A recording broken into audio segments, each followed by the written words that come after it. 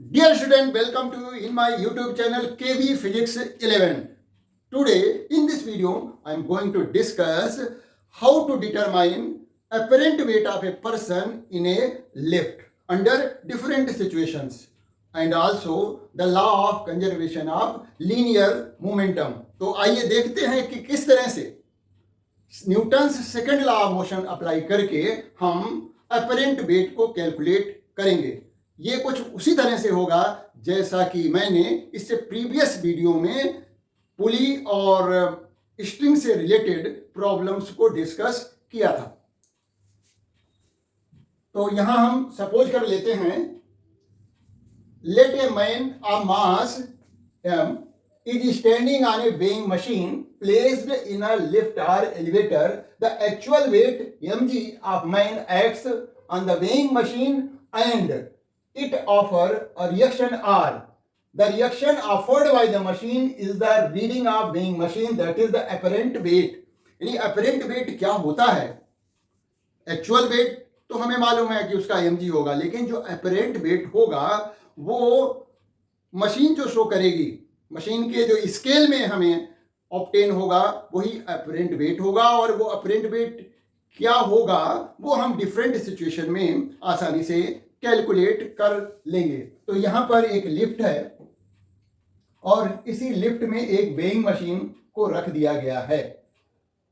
Person is standing in this weighing machine and he can observe the reading of this weighing machine, and the reading of weighing machine will be the apparent weight of this person under different situation. तो पहली situation लेते हैं और पता करते हैं कि किस तरह से हम अपरेंट वेट को निकालेंगे। तो यहाँ पर ये लिखा हुआ है, the reaction are exerted by the surface of contact on the man is apparent weight of the person. यानी जो रिएक्शन होगा, रिएक्शन की जो वैल्यू होगी वही अपरेंट वेट होगा उस मैन का, who is standing inside the lift on a weighing machine. The value of R, that is the apparent weight, comes out different in different situation. तो पहली सिचुएशन क्या है यहां पर, when the lift moves upward with acceleration a acceleration से lift को ऊपर की तरफ ले जाया जा रहा है।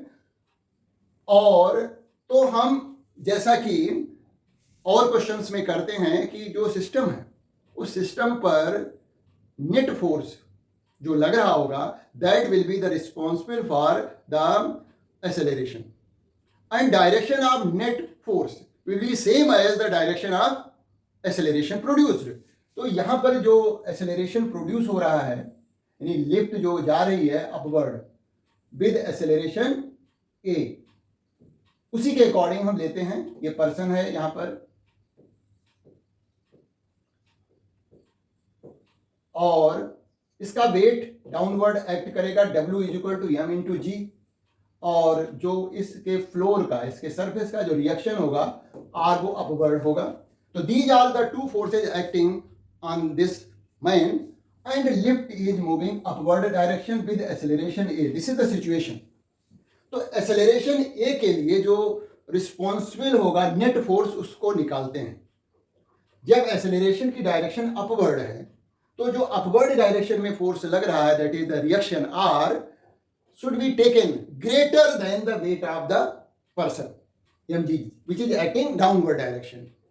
तो नेट फोर्स की डायरेक्शन भी यही होनी चाहिए, एफ नेट। तो इसके लिए हमें आर को ग्रेटर लेना पड़ेगा, mg को स्मॉलर लेना पड़ेगा। तो नेट फोर्स हो जाएगा आर माइनस एम जी। तो यही लिखा हुआ है, ये क्या है, एफ नेट है। F net is equal to हो जाएगा आर माइनस एम जी। और इस नेट फोर्स को as per the Newton second law हम क्या लिखेंगे, मास इंटू एक्सेलरेशन लिख देंगे। तो क्या हो जाएगा, R minus M G is equal to M into A. तो आर इज इक्वल टू हो जाएगा M G plus M A. अब देखिए एम जी क्या है, उसका रियल वेट है और उसमें कुछ ऐड हो रहा है। इट मीन्स जो अपरेंट वेट आर की वैल्यू होगी that will be greater than the actual weight of the person when lift is moving upward with acceleration ए।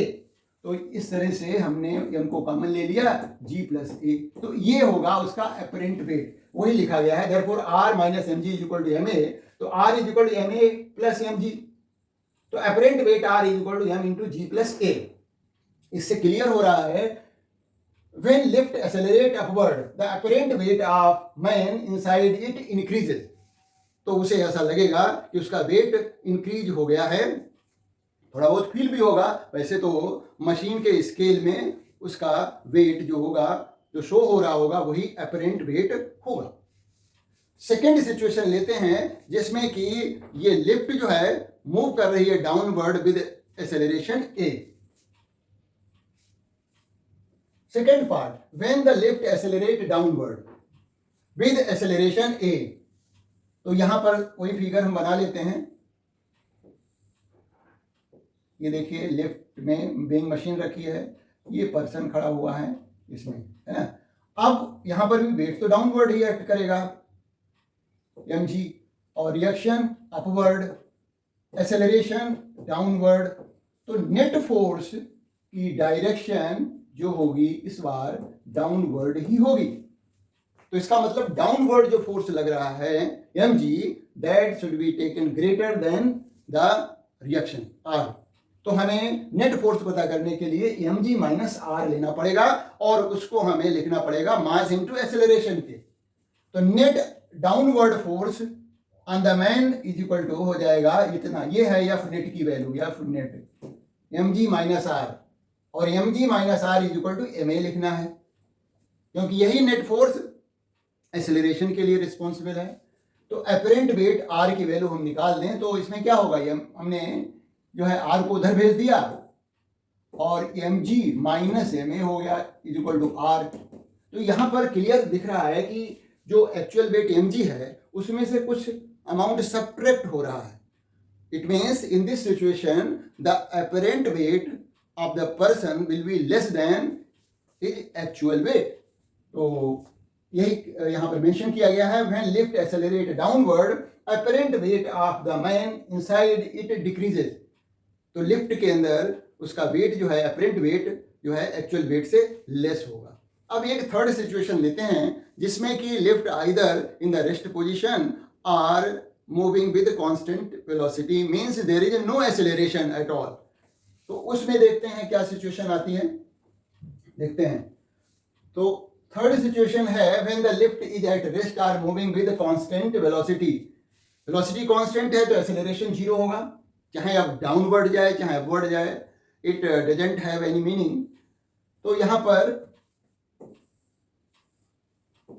ये लिफ्ट है जो कि एक या तो रेस्ट में इसको ले सकते हैं, और या फिर जो है यूनिफॉर्म मोशन में कांस्टेंट वेलोसिटी से अपवर्ड या डाउनवर्ड कैसे भी ले लीजिए। तो मान लिया हमने अपवर्ड ले ली, ये मोशन कांस्टेंट है, a इज इक्वल टू 0 है, और वेट डाउनवर्ड एक्ट कर रहा है और रिएक्शन अपवर्ड एक्ट कर रहा है, एक्सेलरेशन 0 है।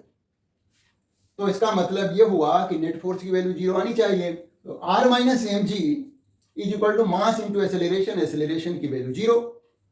तो इस तरह से r इज इक्वल टू हमें mg मिल जा रहा है, r minus mg is equal to 0, तो r is equal to mg उसका एक्चुअल वेट है, r जो है अपरेंट वेट है। It means apparent weight r जो है वो एक्चुअल वेट के इक्वल होगा। कब? जब कोई लिफ्ट या तो रेस्ट में हो या फिर वो यूनिफॉर्मली मूव कर रही है डाउनवर्ड या upward. When the lift is at rest or moving with a constant velocity, the apparent weight of a man is equal to his actual weight। तो ये 3 सिचुएशन पॉसिबल थे। अब हम बात करेंगे law of conservation of linear momentum. इसके बारे में हम लोअर क्लासेस में भी पढ़ चुके हैं, और सभी को आई थिंक स्टेटमेंट इसका मालूम होगा कि in the absence of external force the linear momentum of an isolated system remains conserved और कांस्टेंट। यानी एक्सटर्नल फोर्स जो लग रहे हैं सिस्टम पे वो 0 हो तो सिस्टम जो है का जो लीनियर मोमेंटम होगा वो कांस्टेंट होगा, और इसलिए इस यहाँ पर आइसोलेटेड सिस्टम लिया गया है, means system is not in touch with surroundings. तो आइसोलेटेड सिस्टम है, एक्सटर्नल फोर्स जो है जीरो है, इंटरनल फोर्स लग सकते हैं क्योंकि इंटरनल फोर्स जो है can not change the velocity, that is the momentum of the system. अब इसको हम प्रूफ कैसे करेंगे उसको भी देख लेते हैं। तो हम यहां पर ले रहे हैं कि let if force on particle 1 due to particle 2 is F12, यानी सेकेंड जो पार्टिकल है that is applying the force on first particle, वो है F12। उसी तरह से जो फर्स्ट पार्टिकल है वो सेकेंड पार्टिकल पे जो फोर्स लगा रहा है वो F21 है। तो ये फोर्स लग रहा है किस पे? फर्स्ट पार्टिकल पे, ये फोर्स लग रहा है सेकेंड पार्टिकल। तो और उनके मोमेंटम, उस जब फोर्स लग रहा है at that moment their linear momentum are P1 and P2। तो by the Newton's law we know that force is equal to rate of change of linear momentum of the body.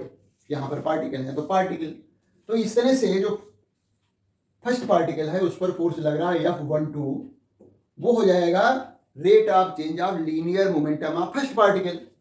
Vector लिख दें तो ठीक है, न लिखें तो भी चलेगा। उसी तरह से सेकेंड पार्टिकल पे जो फोर्स लग रहा है F21, वो हो जाएगा rate of change of linear momentum of second particle. अब हमें यहाँ पर न्यूटन्स थर्ड लॉ अप्लाई करना पड़ेगा और हमें मालूम है कि जो एक पार्टिकल दूसरे पार्टिकल पे फोर्स लगा रहा है वो क्या है? वो इंटरनल फोर्सेस हैं।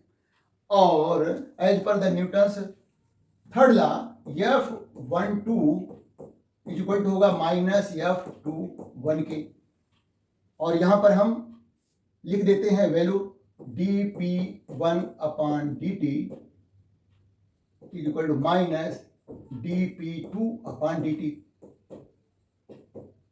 dP1 upon dt plus dP2 upon dt is equal to हो जाएगा 0। तो dy बाई dt कॉमन ले लें तो हो जाएगा P1 plus P2 is equal to 0। ये क्या शो कर रहा है? First derivative of linear momentum of the particles is equal to 0।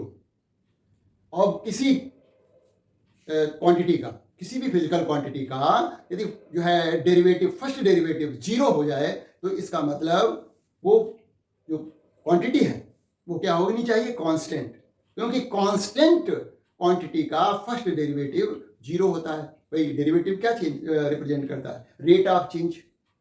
और रेट ऑफ, जब वो कांस्टेंट है तो उसमें रेट ऑफ चेंज तो होगा नहीं, इट मीन्स उसकी वैल्यू 0 होगी। तो इसी से हमने पता कर लिया this it implies that P1 plus P2 is equal to constant. ठीक है। अब मान लिया n पार्टिकल है किसी सिस्टम में, तो उन सभी पार्टिकल्स का मोमेंटम, लीनियर मोमेंटम भी कांस्टेंट रहेगा। The condition is no external force is acting on the system. तो सेकेंड स्लाइड में हमने यही शो कर रखा है, देखिए from Newton's third law F12 is equal to minus F21, है ना। तो इस तरह से हमने इस इक्वेशन को इधर ले आए तो P1 और P2 जो है का सम कांस्टेंट हो गया, because first derivative of P1 plus P2 is equal to 0। It implies that P1 plus P2 is equal to constant. और if the system is consist of n particles तो उसके लिए भी यही फार्मूला, जनरलाइज फार्मूला हो जाएगा P1 plus P2 plus P3 and so on Pn is equal to constant. अब हम दूसरी एक सिचुएशन डिस्कस करेंगे, वहां भी लीनियर मोमेंटम को कांस्टेंट प्रूफ करेंगे, और ये वाली सिचुएशन भी ऑलरेडी लोअर क्लासेस में पढ़ाई जा चुकी है, क्योंकि न्यूमेरिकल यहाँ भी इस पर आ सकते हैं। तो यहाँ पर क्या है? 2 पार्टिकल्स हैं, 2 बॉडीज हैं, और they are moving in the same direction with certain velocity and collide. After collision they separate and start moving with different velocity. तो हम यहाँ पर देखेंगे कि जो सिस्टम है, यानी 2 पार्टिकल सिस्टम है, कोलिजन के समय, during the collision they are applying the forces on each other, means they are internal force, no external force is acting at all, केवल internal forces लग रहे हैं। एक ऑब्जेक्ट दूसरे ऑब्जेक्ट पर लगा रहा है, दूसरा पहले पे लगा रहा है। तो ये यहाँ भी हम देखेंगे कि जो linear momentum of the system before the collision is equal to linear momentum of the system after the collision. तो यहाँ पर हम हेड ऑन कोलिजन की सिचुएशन ले रहे हैं। Collision on a straight line, let two bodies of mass m1 and m2 collide on frictionless surface moving in same direction with velocity u1 and u2 respectively. After collision, both bodies separate with velocity v1 and v2 respectively during the collision. यानी collision का जो time है वो t है. The body 1 exert force F21 on body second जैसा कि पहले था, और second body exert force F12 on the first body.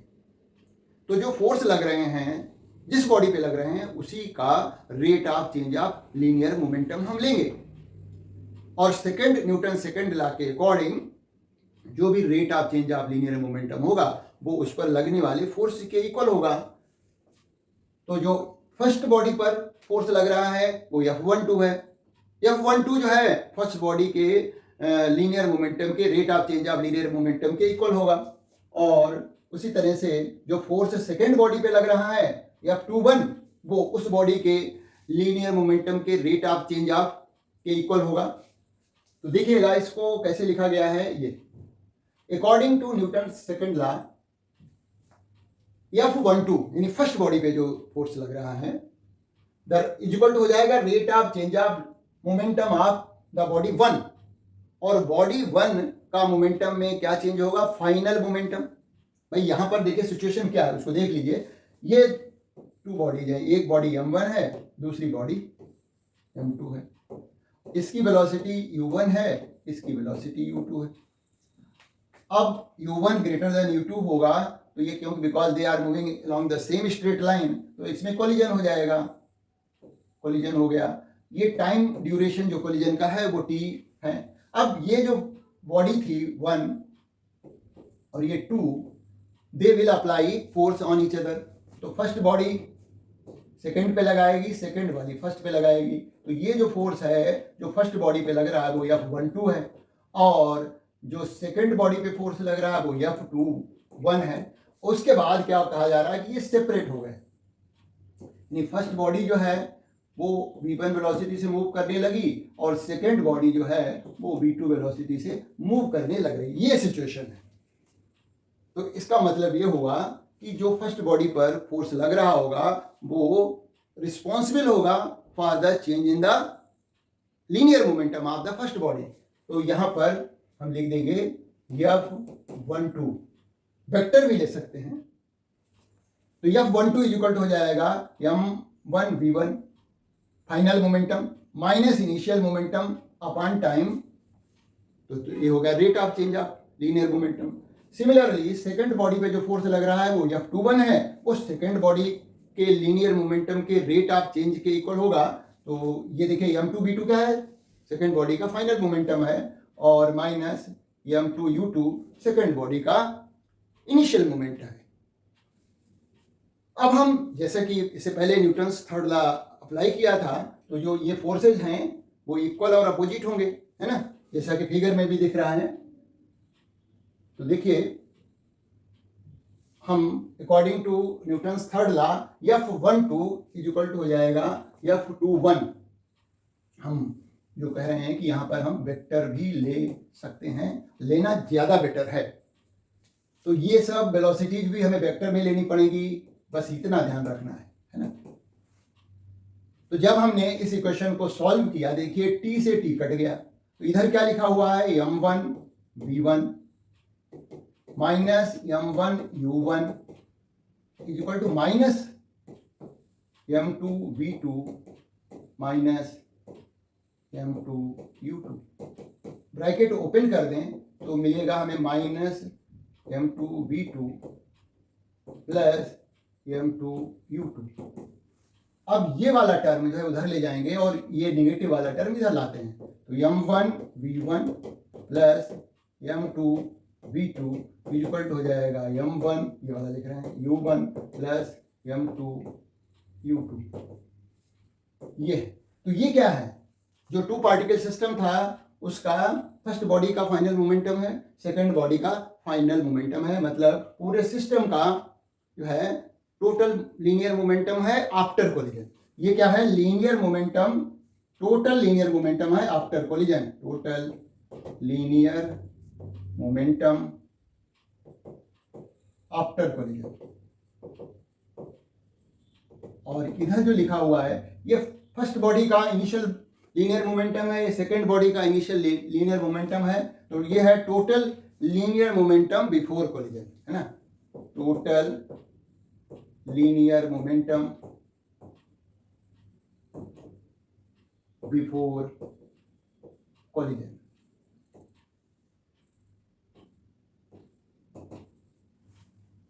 तो ये इजीली प्रूफ हो गया कि जो मोमेंटम है, सिस्टम का मोमेंटम कंजर्व रहता है कब? When no external force is acting on the system, system is totally isolated. और इंटरनल फोर्स जो यहाँ पर भी लग रहे थे, तो इंटरनल फोर्स जो है they will not affect the velocity of the bodies. तो इसका मतलब जो वेलोसिटी चेंज नहीं होगी तो उसका मोमेंटम भी कांस्टेंट ही रहेगा। तो पूरे सिस्टम का final momentum is equal to आ गया initial momentum. It means the linear momentum of the system remains conserved in the absence of external force। जब भी हम इससे बेस न्यूमेरिकल करेंगे तो हम ये माइंड में रखेंगे कि जो v1, v2, u1, u2 क्या है? ये वेलोसिटीज है, और यदि उनकी वेलोसिटी की डायरेक्शन सेम है तो सभी का साइन सेम रहेगा। और यदि कोई भी पार्टिकल अपोजिट डायरेक्शन में मूव कर रहा है, उसकी वेलोसिटी की डायरेक्शन अपोजिट है, तो उसको हम निगेटिव लेंगे।